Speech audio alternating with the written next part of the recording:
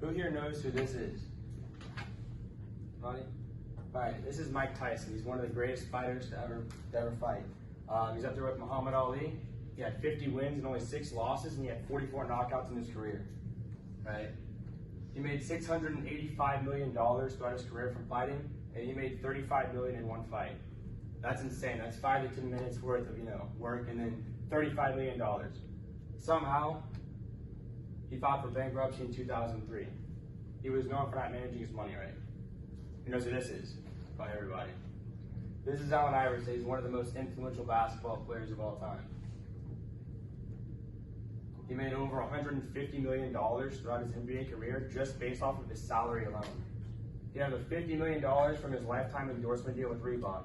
So that's over $200 million. Somehow goes broke in 2012. All right, these guys didn't manage their money right.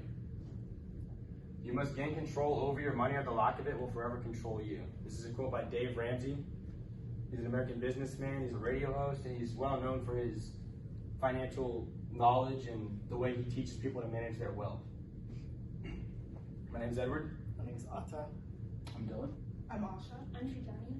And we are from Texas Credit Union. We will be hosting sessions in the greater Dallas area, hopefully teaching people how they can manage their money better, targeting low-income people as well as college students.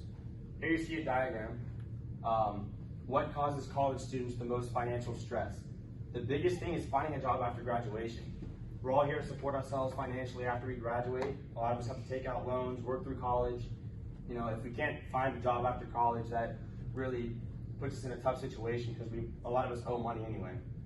Another one is how much tuition might go up. For all of us working through college, we're on a very strict budget. We don't have a lot of money a lot of wiggle room for our money. So if tuition goes up, that really puts us in a bind because, where are we gonna get that from? So, like I said, we are from Texas Credit Union, and we're partnering with Habitat for Humanity, a nonprofit organization. Pretty much what they do, earthquakes, tornadoes, hurricanes, any natural disaster, they give people a place to stay while their homes get rebuilt, while their communities get rebuilt. Like I said, targeting low-income families and college campuses, students there, SMU, places like that around the greater Dallas area will be utilizing this. These sessions will be called Financial Literacy 101. That's what we're on. Thank you, Eddie. So I'll be talking about our actual program curriculum. So as Eddie said, our target demographic is lower income households and students. So we created a curriculum that we felt would benefit most of the people attending our sessions. So I'm going to go into detail of each topic itself and just give you guys a little bit of info of what it consists of. So the power of saving money. This topic covers basic savings habits, why you would want to have a savings account. Maybe you lose your job, maybe you need to have funding for buying a car, or maybe you're trying to buy a nice gift for someone. It's important to have a cushion or savings account established. So this actual topic will cover basic savings terminology. What is a savings account? What is a money market account? Why you would want to have a savings, and just what you can do in your day-to-day life to help build a savings. The next course is managing money for college students. So this is really important because a lot of college students who are on campuses or attending four-year universities are on a fixed income, whether they're living off financial aid or scholarships, or maybe they have a part-time job.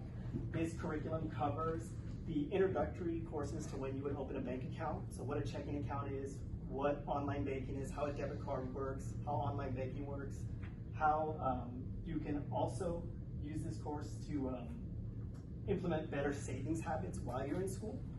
So that's what managing money for college students will cover. Buying for renting is in regards to buying and renting an apartment. A lot of people assume that if you have money, buying a home is the best option for you, but it's actually situational. So we want to use this topic to cover those stereotypes people may have.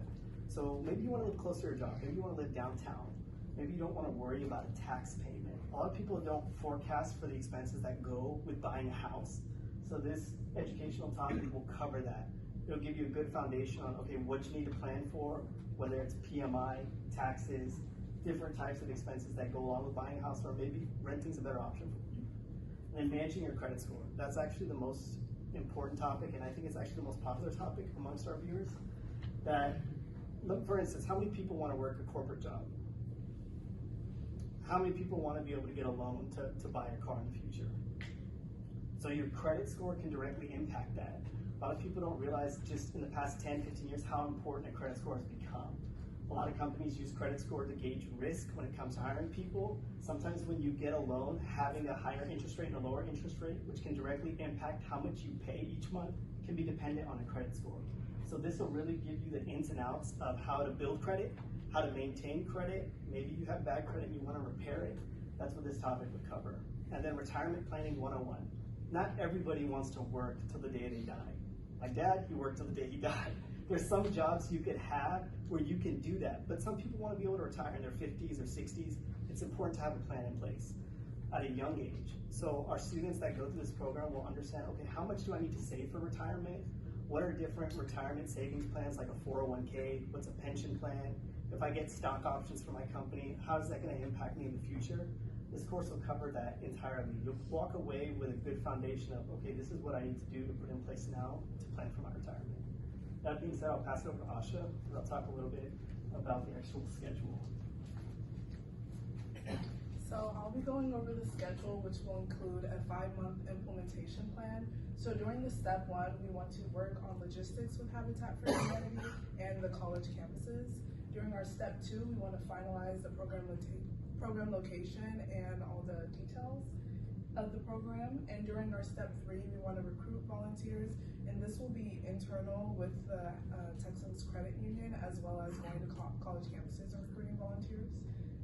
Our step 4, we want to advertise in the Dallas-Fort Worth area, and we want to work with Habitat for Humanity with this because they have centers all over the Dallas-Fort Worth area. And our step 5, we want to implement the workshops and to get this program out into the community. So you may be asking yourself, how will this actually work? So we will have free presentations monthly. Autumn went over the different presentation topics that we will be covering, and we will have a rewards program which will include volunteer work that Srijani will cover more in her staffing section.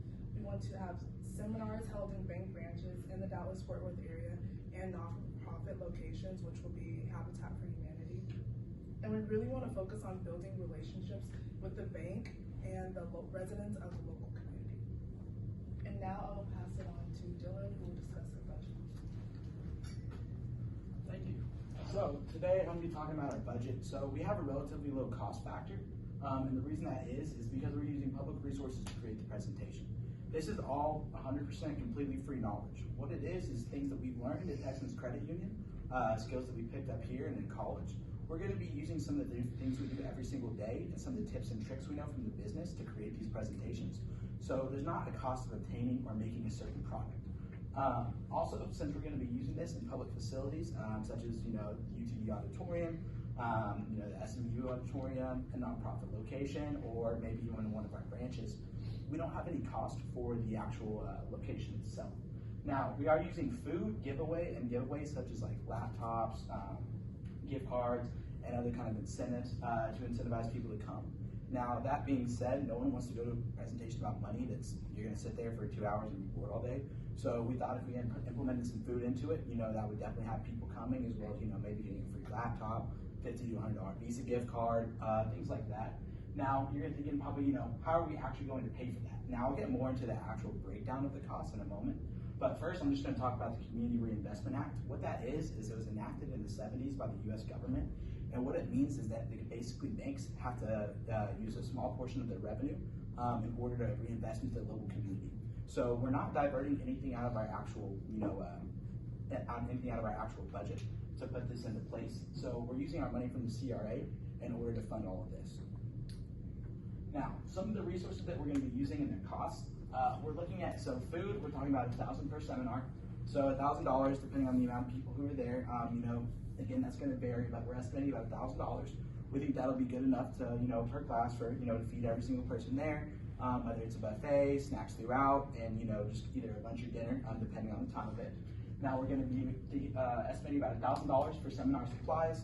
Now that's going to range just depending on whether the place doesn't have a projector, doesn't have seating, may not have like a table or any kind of things that we need, paper, pencil, things like that. So most of the places will. So we're only estimating that at about $1,000, but we're going to be providing everything else that they'll need. Now, IT and equipment setup, That's going to be $1,500 per seminar, and that's just going to be, a professional who's coming in, setting up these actual, presentations, running them for us, making sure that everything's properly working and functioning for the presentation itself. Some of the incentives that we're going to have, like I was talking about, are the certificates and giveaways. Now, we're going to have $50, so if you go to 3 classes, if you complete 3 of the classes, you're going to get $50 Visa gift card. If you go to all 5 of those seminars, and you complete all 5 of those, we're going to give you a free laptop. So it's going to incentivize people to go throughout the entire process and learn all the financial literacy 101 aspects. We're also doing, like I said, giveaways for laptops, school supplies, gift cards, all sorts of things in that nature. So every single class, there's going to be a raffle for everybody who comes and stays the entire seminar. And whenever they're there, you can either win maybe a laptop, a pack of school supplies or office supplies, gift cards to restaurants, Visa gift cards, things that people are definitely interested in to keep people there. And we're estimating 2,000 to 3,000 people throughout these events. So we're projecting our cost at about $60,000 per year. Now this doesn't even touch our CRA, so we do have a lot of wiggle room as well to play with. I'm going to go ahead and pass it on to Sri John. Thank you, Dylan. So as Asha stated previously, our staffing for this program will consist of internal and external volunteers. Our internal volunteers will be employees who will be volunteering in exchange for a rewards program. And essentially this rewards program will teach employees how to develop their professional and leadership skills. And so according to Forbes, corporate volunteer programs do drive employee engagement and employee satisfaction, which ultimately leads to a higher employee retention and reduces turnover costs for the company. And our external volunteers will be college students on the campuses that we plan to deliver these workshops. As you guys know, a lot of colleges nowadays are requiring service hours to complete their bachelor or master's degrees, such as JSOM, which requires 100 hours to complete your bachelor's program, and similarly, we're going to get those kind of students to volunteer for us at our workshops. And to wrap things up, as you guys know, recently learning about financial literacy that is really stressed upon in recent times compared to 10 years ago, yet schools are not including this topic in the curriculum. So as people are exiting out of college and high school and making a living of their own, they're unable to make good financial decisions. So we, as Texas Credit Union, are planning to solve this problem by proposing a program called Financial Literacy 101, in which we'll partner up with Habitat for Humanity and local colleges to create workshops in the local DFW Metroplex area. And basically these workshops will teach people how to manage their money, how to save up for retirement, and building up their credit score, and all the other topics that Ata previously covered.